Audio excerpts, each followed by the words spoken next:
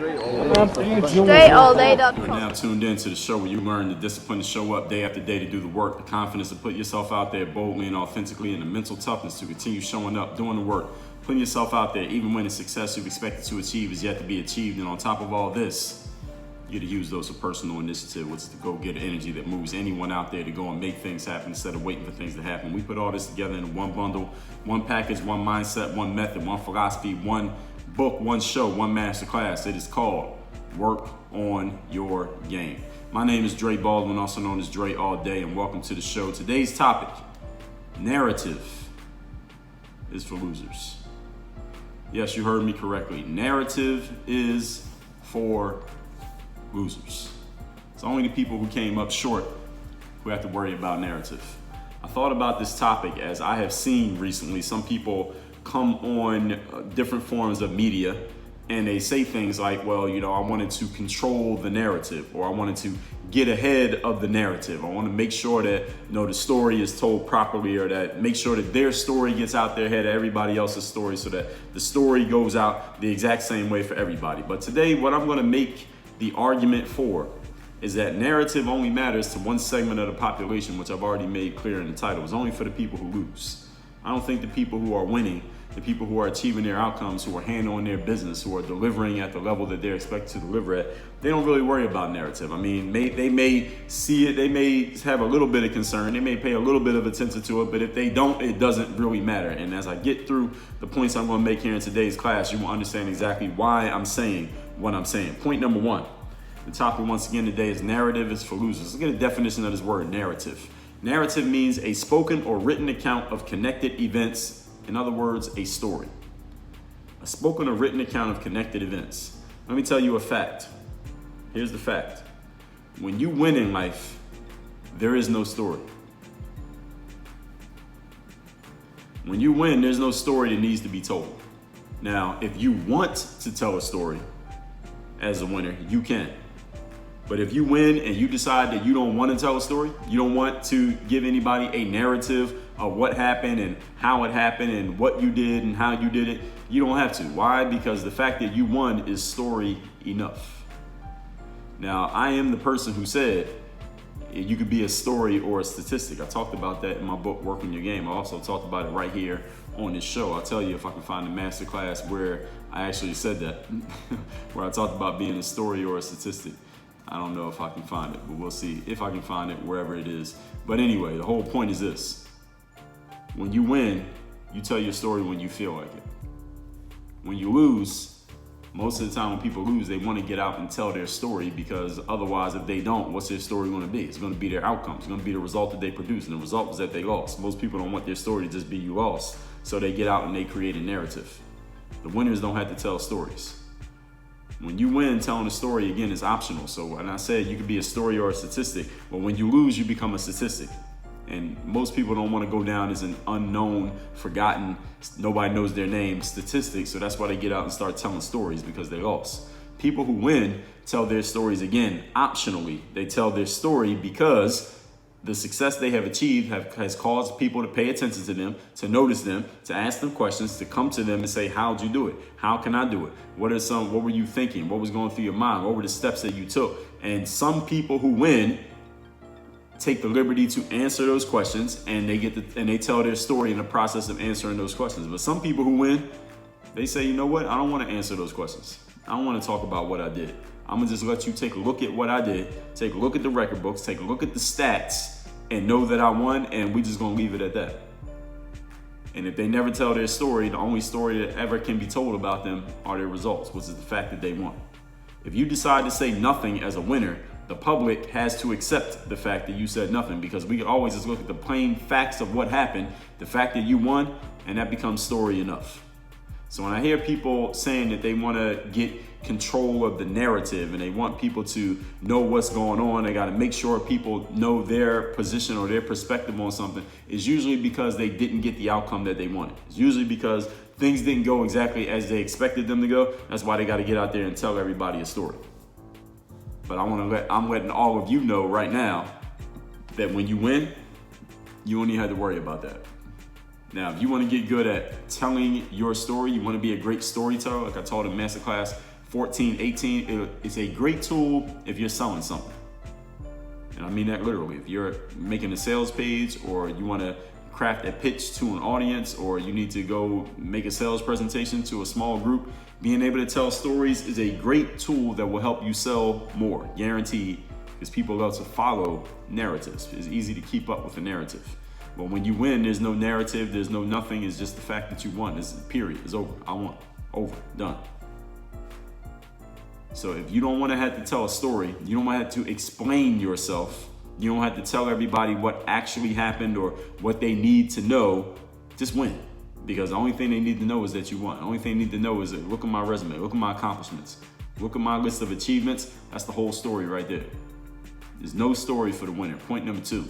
Today's topic is narrative is for losers. Number 2, only the losers have to craft a story and, quote, control narrative, close quote, because they want people to see them in a certain light that maybe removes some of the stench of the loss that they took, or makes the loss seem something like something other than what it actually was, which was a plain and clear defeat. Let me say that point again. That was kind of long.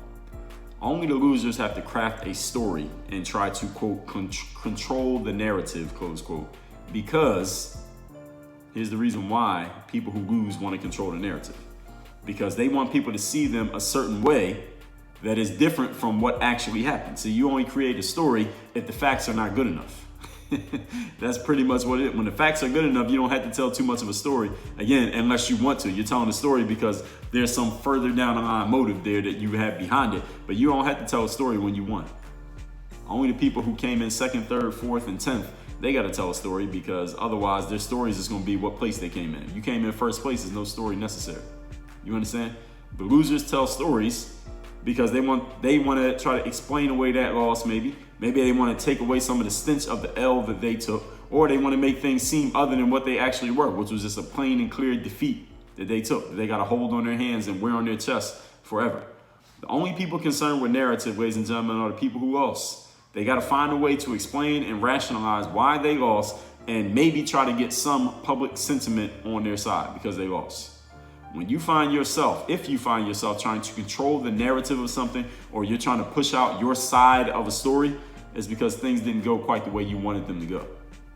Even when it comes to telling your side of a story, let's say something happened and there's a lot of subjective opinion as to what actually happened. You got your perspective, another person has their version, these people over here have their opinion. Well, listen, the person who in the long run of that story, whatever that situation is, the person who wins, they don't care who gets their side of the story out or what people believe or what any spectator thinks was right or wrong, because all they got to do is point to that scoreboard, whatever the scoreboard happens to be, that says, look, I won. So if you think somebody else's side of the story makes me look bad, you don't like how it looks, you don't like what you heard, you change your opinion to me for whatever reason, that has nothing to do with me, because look, I won. In the long run, I won. See, when you win in the long run of whatever you do in life, you don't have to tell a story to explain why you won. People who win do not get demanded for explanations. They don't receive demands for explanations. The only people who have give explanations are people who did not win, because people want to know why they didn't win. When people win, nobody says, well, why did you win? Well, we saw it. We know why you won. So nobody asked that question. We only ask the people who came up short, because usually the people who get in competitions are expecting to win. So when they don't, we want to know why. Now they got to explain themselves. Now they got to craft a story. Now they have to try to control their own personal narrative or the general narrative. If you got to push your side of a story, that's because you lost. If your side of the story won, you don't have to push it out there. You don't have to convince anybody of it. You don't have to make sure everybody heard it. It doesn't even matter, because you won. All right, that's the only part you need to know. Point number 3. Today's topic is narrative is for losers. Point number 3, focus on winning. Now, this will solve this whole problem. You won't have to worry about narrative or controlling the narrative or what the story is or who got their story out first or which story is more believable or what the public believes. You don't have to worry about any of that shit if you just win. If you just win, this is a simple enough idea, right? If you just win, you don't have to worry about telling the story. You don't have to worry about controlling the narrative or any of that stuff that losers find themselves mired in every single day because they lost. Now, while this is a simple enough idea, the question you have to answer then is, what does winning look like to you? I mean, if you're not playing a sport where there's a scoreboard and it's black and white and everybody's beholden to what it says, you may be in a different, any other realm of life. Winning is not always as black and white. So how do you determine your win? You got to decide that. It's your choice. What does winning look like to you? What does it feel like? What is the data that goes with winning for you?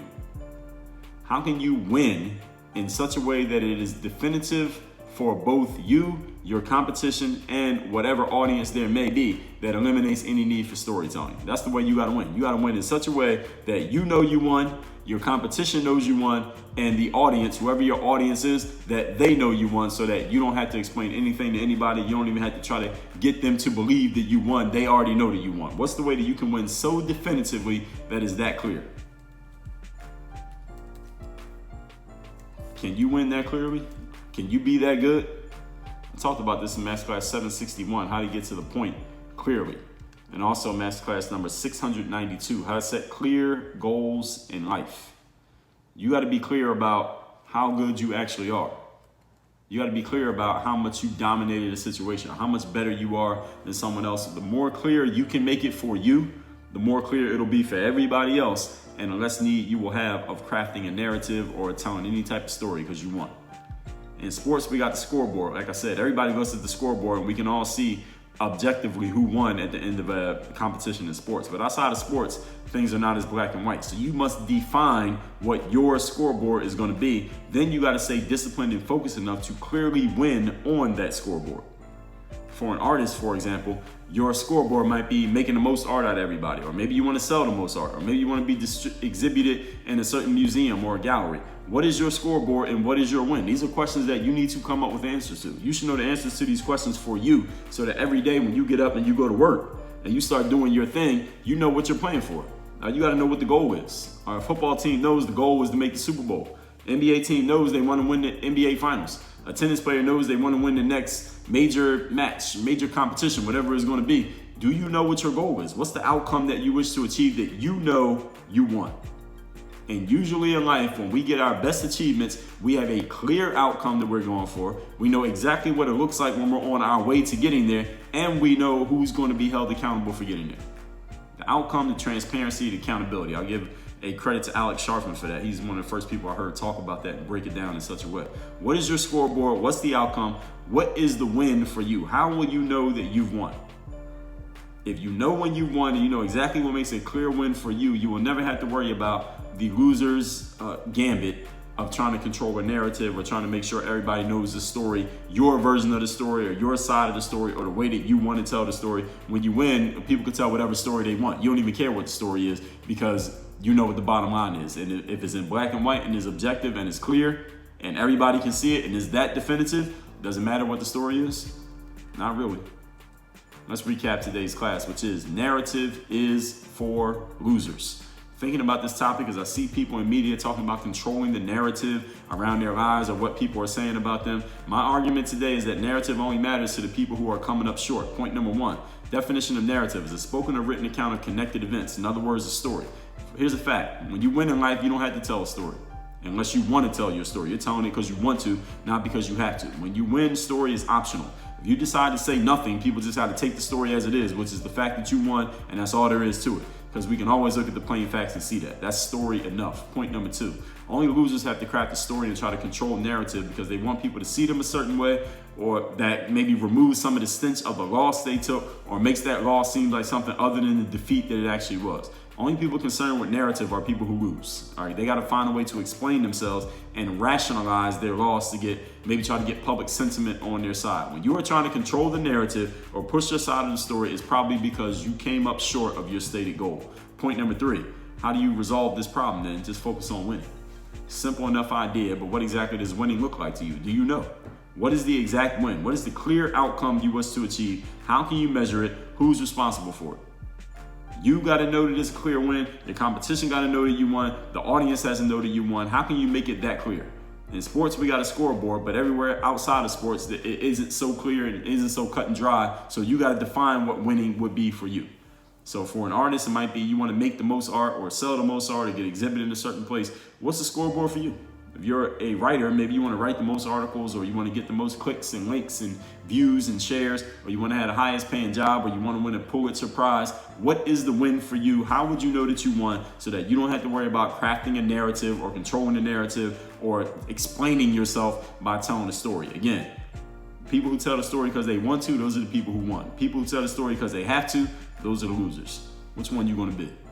Work on your game. Dre all day.